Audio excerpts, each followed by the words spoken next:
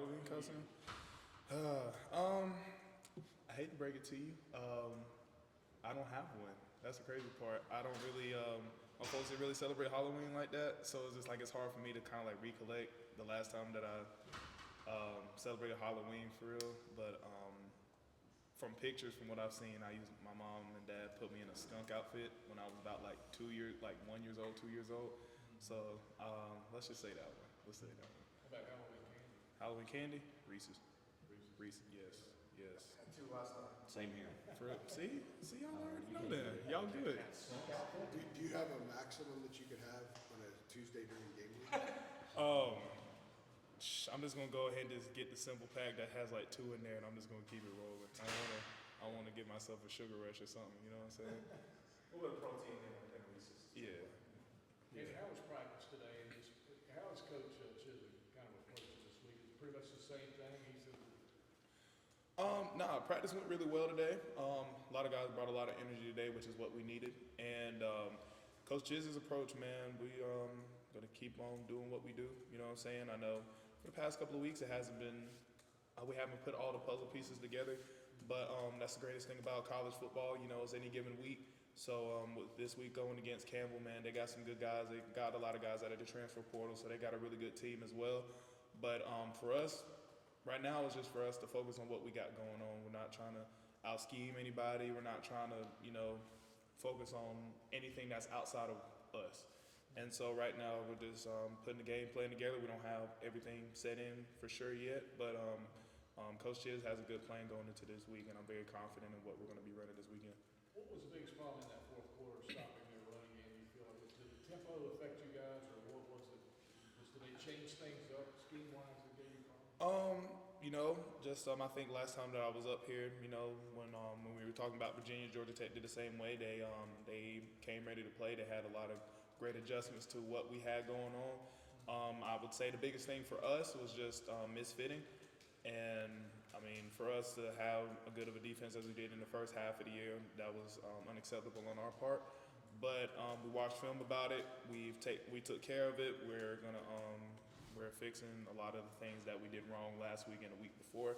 So that's probably the biggest output that I took from the last game. But this game of football, man, everybody's not perfect, so we're just gonna move on from that and keep it rolling. I was going to say, one of the biggest plays of the game, obviously, looked like you had a tackle for a loss on Smith, and next thing you know, the quarterback's taking off down the field. Yeah, so that was a designated play. I was supposed to tackle the dive anyway. That's just kind of like one of the parts of the misfit. It's just like we didn't have a quarterback player on that. But, like I said, we're going to take care of that. We're honing on the little things this week. We even had like a whole 2 periods where we were just focusing on nothing but run fits and our stunts and whatever that we had going on. So we're gonna hunker down on like making sure that everybody knows their responsibility, what job you're supposed to have, and make sure that you execute. Okay. To go off that a little bit, you kind of mentioned obviously Virginia and Georgia Tech were able to make adjustments to what you guys were doing. Do you feel there's been anything the last couple of weeks that you haven't been, that you maybe have moved away from, kind of in comparison to those first 6 games, like anything specific you can kind of point to that's been different? There's not really anything specifically that I can point to what we've been doing in the first 6 games and in the past 2 ones. There's not really anything that comes to mind in that. I just know, because, to be honest with you, a lot of our plays run into each other, so it's just like, for me, it's kind of hard to recollect all of them. But there's not really anything in particular that I can point out to what we moved away from, what we added, and so on and so forth. We talked to Sid after the game Saturday night, and he was talking about the fourth quarter, and he said he thought there was a lot of confusion out there for you guys. Yeah. How did you feel the same way? Were you feeling that too? And why do you think that is for a defense that sort of a veteran group that has been playing so well this season? I would agree with Seth on that one. There was a little bit of confusion alongside with misfits as well. I feel like one of the biggest things was the tempo part of it. Georgia Tech really executed the tempo really well, so hats off to Georgia Tech for that. But I feel like there was some confusion amongst us as a defense, and like you said, we're a veteran defense. We should know where we're supposed to fit, but that's just something that we have to focus on this week, which we are as well. So we don't know where the confusion came from. We've talked about it. I know in the jacket room we talked about a little bit of the confusion and the misfits and everything that came with it. And I'm sure that the inside backers did, D-line did, secondary did. So why was there confusion? I don't know. But, you know, we just got to move on from it and then, you know, make sure that we don't do it against Campbell. Kaimon, can you explain the concept of misfit a little more about what you mean exactly so people that maybe don't X's and O's understand? Yeah, so like basically what a misfit is just like, you know, we're given plays and you're supposed to fit a certain gap or you run a certain stunt or you're dropping in coverage and you're supposed to go to a certain spot and cover a certain man. So whatever the nuances for it. And a misfit is that you don't execute it. So it's just like you're not in a place that you're supposed to be, you didn't execute the play, you weren't guarding the guy that you were supposed to. Things of that nature.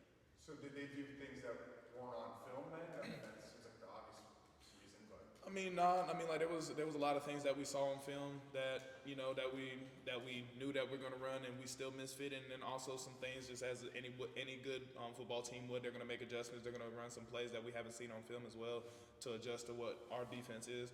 So you know, it can go all the way across the board. But yeah, that's pretty much what a misfit is. What about What does these the last? leadership look like for you guys now after this low point that you're at? Just keep everybody upbeat. Move on to the next week. You know, we didn't win the past 2 games. All right, keep it under the bridge, water under the bridge, and keep on moving. You know what I'm saying? We can't cry over spilled milk. We can only control what we can control. We can control what we got going on this week, and just making sure we get the W against Campbell. What about these last 2 games surprised you the most, especially about what you guys did on your side of the ball? I mean, what surprised me the most is just how much confusion that we had, a lot of the misfits that we had. I feel like that was the most surprising to me because some of the plays that we've been running since South Carolina. But I mean, like I said, people aren't perfect. We're going to make mistakes, and so mistakes happen. And just like 1 or 2 plays are the difference makers in the game. And so if somebody misfits, there can be 10 guys that can fit in the gap, and then there's 1 guy that misses, and the next thing you know, that's a catastrophic play. And so that's just the sport of football. But you know what I'm saying, that's probably what surprises me the most.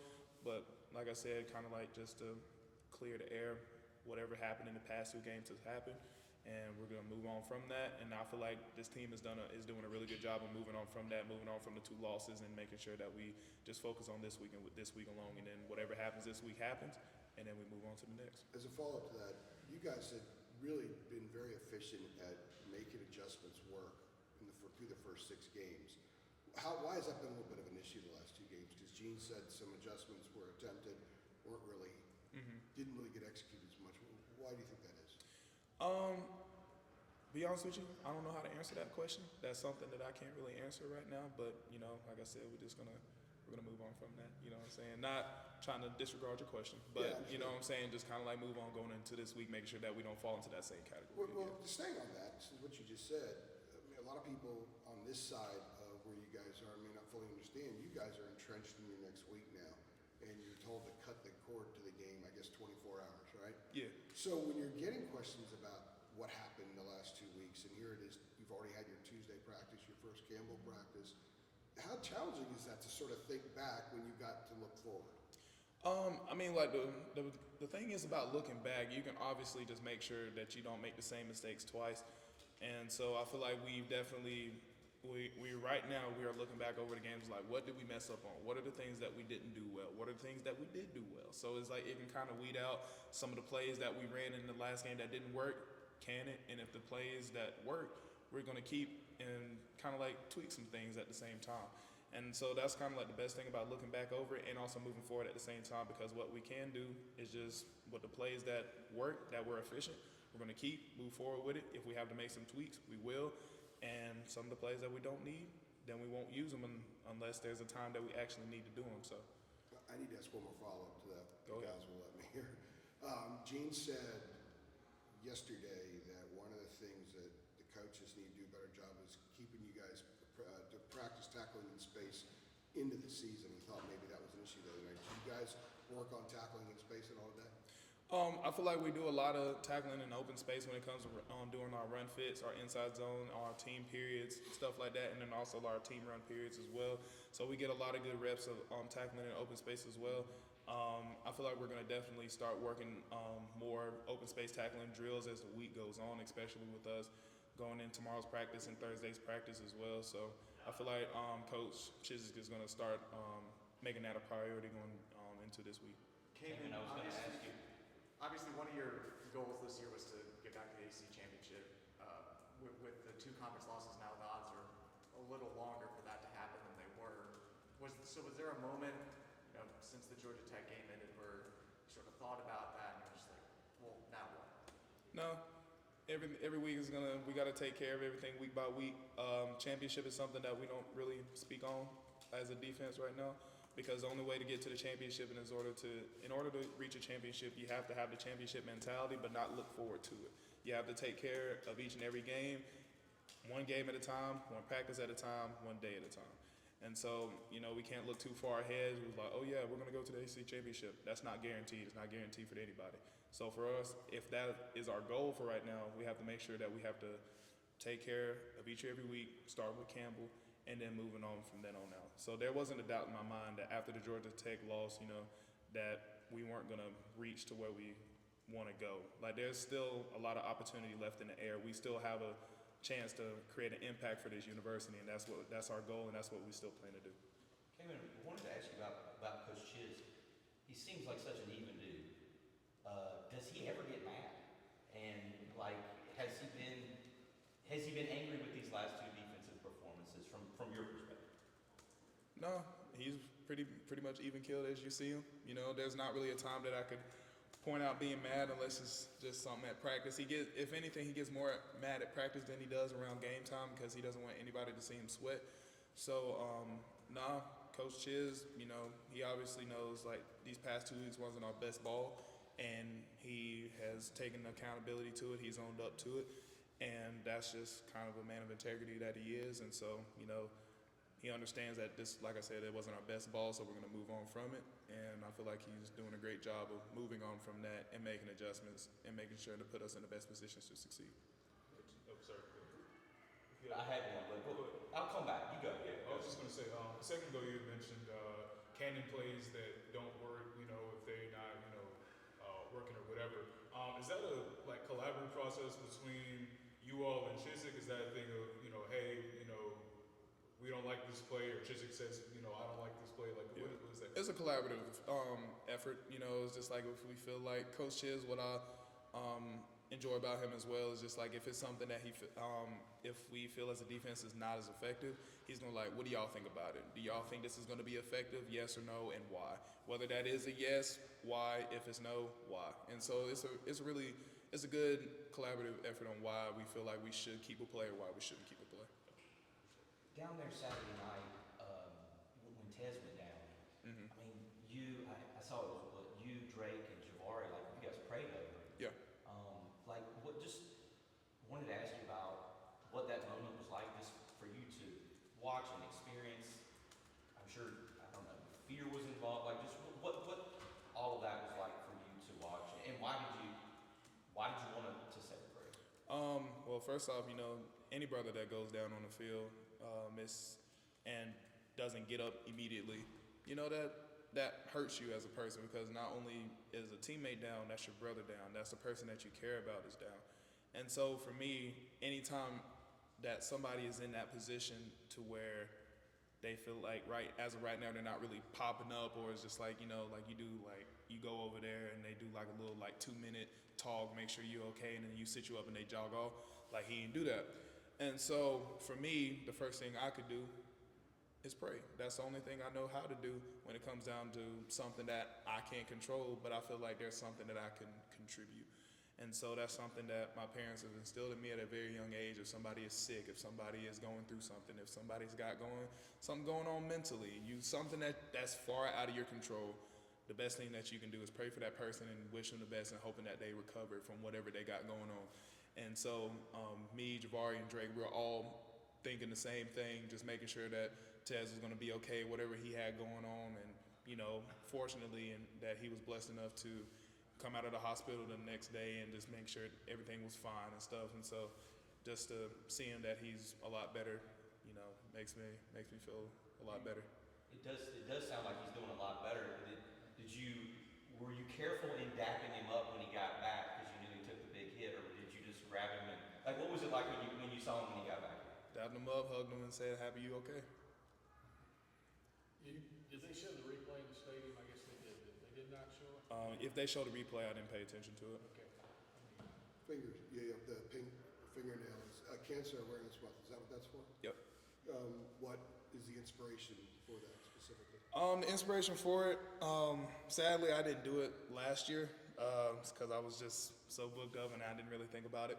But one of the biggest things for me is just like a lot of women on my mother's side was involved in breast cancer and suffered from breast cancer. So it was just like for me, I wanted to dedicate every October, you know, to go around or at least try to get at least, you know, ironically the middle finger painted, but you know, I ain't finna flick off nobody around here. My mom would not be too happy with me doing that.